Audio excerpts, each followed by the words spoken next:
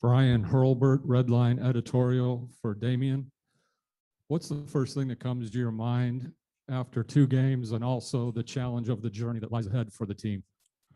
The first thing that comes to mind for me is just the fact that, these teams are experienced. They've, spent a lot of time together.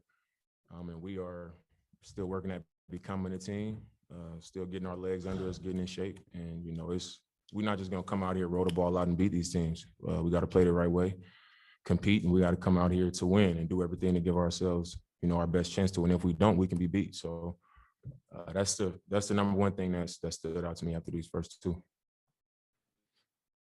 Could I ask the same question to you, Coach? What's the first thing that comes to your mind right now? Why does he get 2 questions?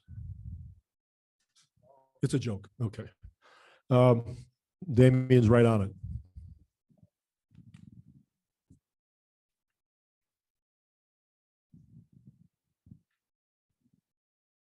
Tim Reynolds with the AP. Pop, what were the areas that you saw some improvement tonight? And I was pleased. I thought we got better tonight. After a short time together, there's a lot of things that have to be covered.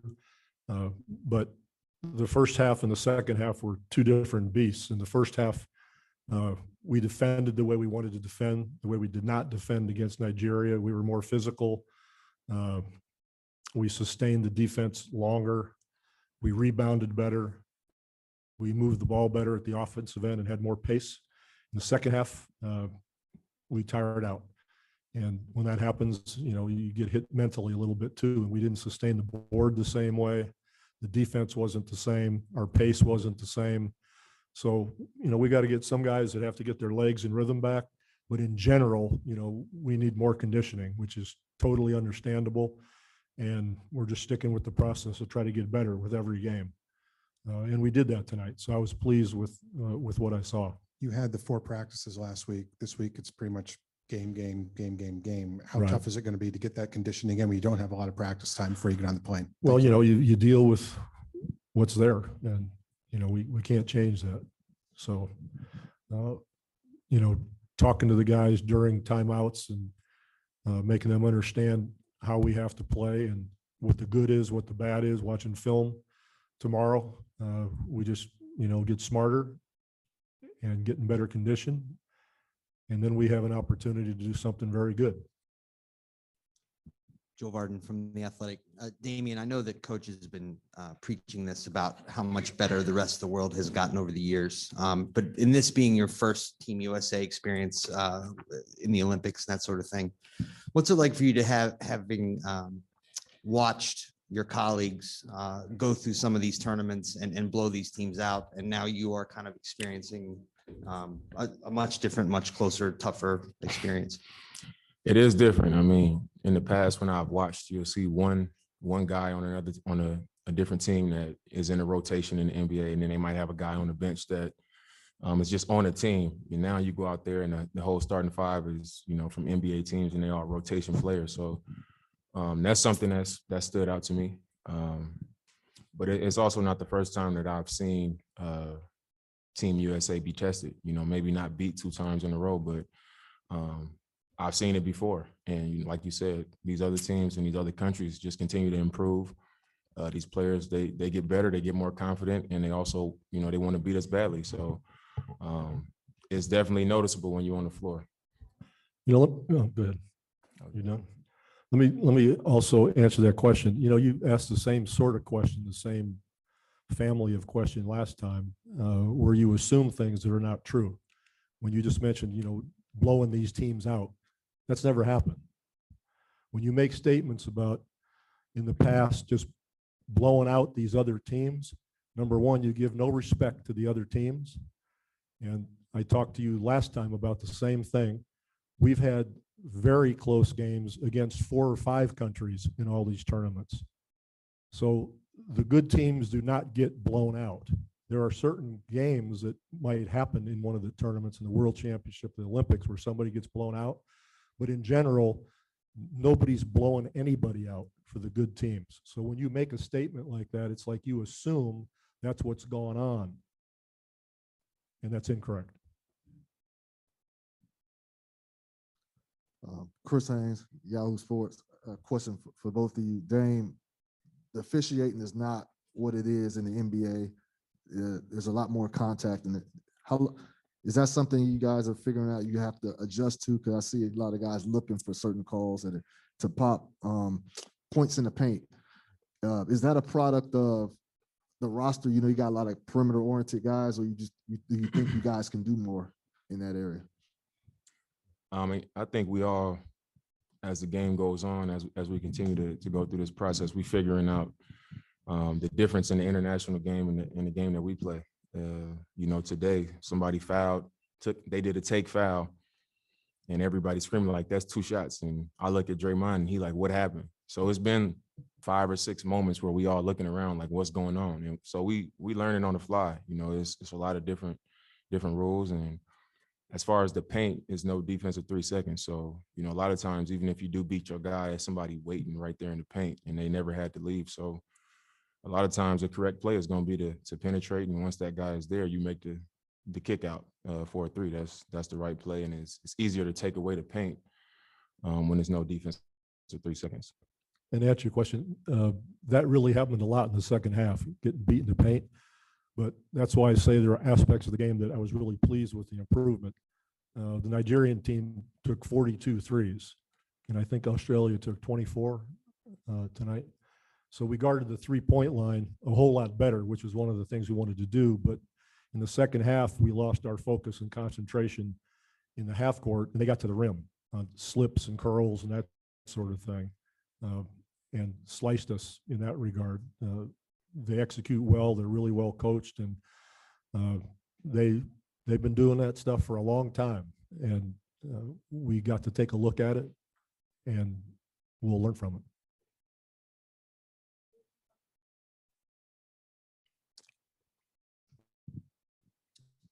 Coach, you had a little bit different starting lineup tonight, and I wanted to ask about Draymond.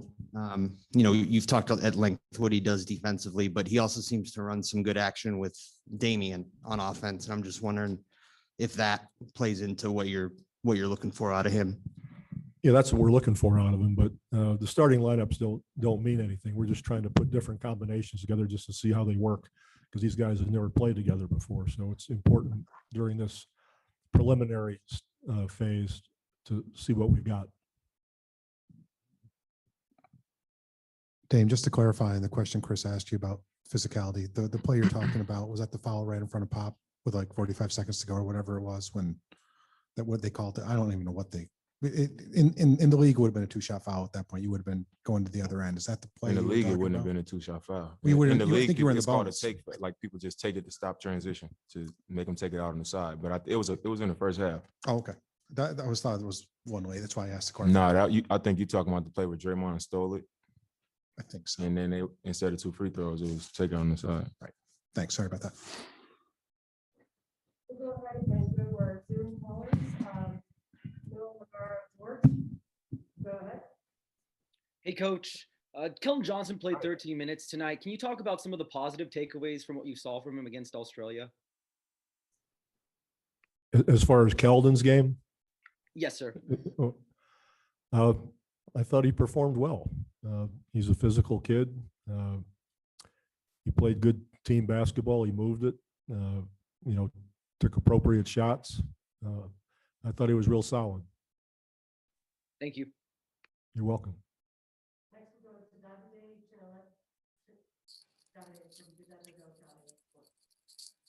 Hi guys, I'm starting with Dame. Davide Chinelato here from Italy, like at the Sport. Dame, the ball movement was much better compared to the first game with Nigeria. It's just a matter of knowing each other better, or you guys improved in other ways? I mean, I think the more time we spend on the floor together, the more, we'll figure each other out, and we'll figure out ways to get the ball moving. We kind of overthinking, trying to run plays, trying to stay out of each other's way and overly trying to do the right thing. But I think to start tonight, our pace was better. We pushed the ball up. We kept it simple. We attacked. We was pitching it, making the extra play or the extra pass, sometimes too much. But I think that just showed that we moving in the right direction and, figuring each other out. Thank you. And coach, you didn't play Kevin Love. Is he all right? It's just a decision for you to try different combinations? Yeah, and he's fine. He's healthy. Thank you. You're welcome. We have one final question from Nicole Zora Stevenson from NBC. Hey, coach, I'll start with you. I have more of like an overarching question about the starting lineup. What do you specifically want out of a starting group when you do finally get to that 5? I want them to play well. I'm not sure what you're looking So- for there. I want them to be able to, understand how to play with each other. Good mix of defense and offense. Hopefully the matchups are appropriate for the team we're playing. The starting lineup might change every game. Thank you. And then Dame, I know You're you were talking about just the differences in the NBA and international basketball, and you were kind of listing off things. Is there one part for you that you feel like you're really still trying to adjust to? I think defensively, just being able to reach in and kind of reach at the ball. Even, sometimes you reach in and you hit the ball. It seems like when you reach, it's automatically a foul. So you can be more physical, like when you ride a guy or when you get into a guy's body. But it seems like if you reach in, whether you make contact or don't make contact, or somebody's driving to the rim and you swipe down at the ball, a lot of times that's a play that can be made, but internationally is like automatically a foul. So it makes it a little bit tougher.